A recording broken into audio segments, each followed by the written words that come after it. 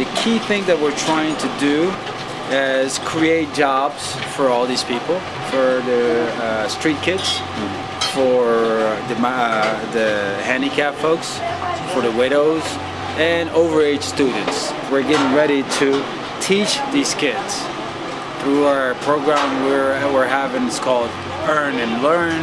We want them to earn money, to earn a system where after this program, I want them to own their own stores. And at the same time, we're going to teach them how to read and write, and then how to take care of their company, to make them feel alive, to get them going in life, and not let them be bothered by being handicapped or by not having a father or two. We've told everybody this is a family, this is a team. You got to take care of everybody like a brother and like a team. So most of them are actually happier here than there. That's sad, because home is supposed to be the place where you take sanctuary, but these people cannot even do that. And this is the place where they do that. Wood is being used for cooking, heating 3 times a day. That, if you add up, that comes to about $2.25 a day just for heating and cooking. Afghans cannot afford it. So what we're trying to do is we're trying to sell the briquettes at 6 Afghanis per kilo as opposed to 9 Afghanis for wood, and trying to break the cost of wood in Afghanistan. You know, the trees have a skin.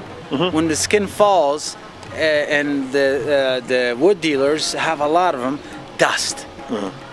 And this is, we collect that, and it's very, very cheap. It's about 2 Afghanis per kilo.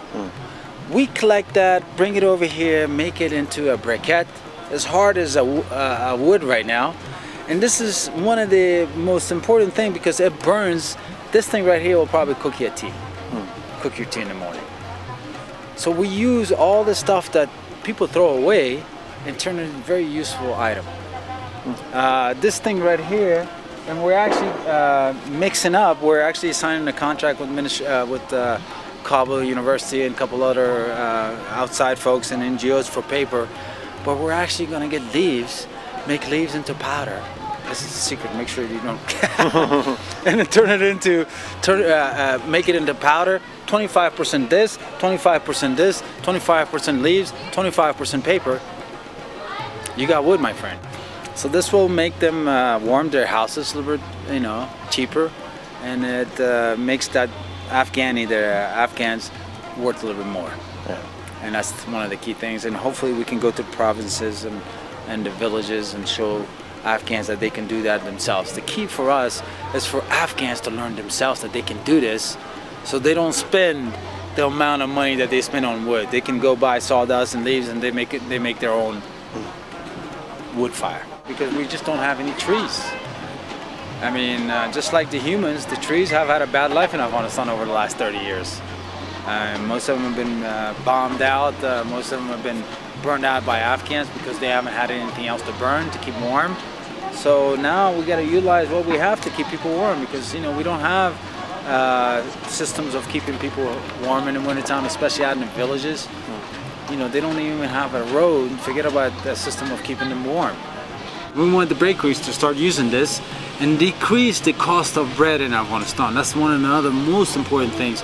Right now, one bread costs 10 Afghanis. We're trying to bring that into 7 or 8 Afghanis through use of our wood.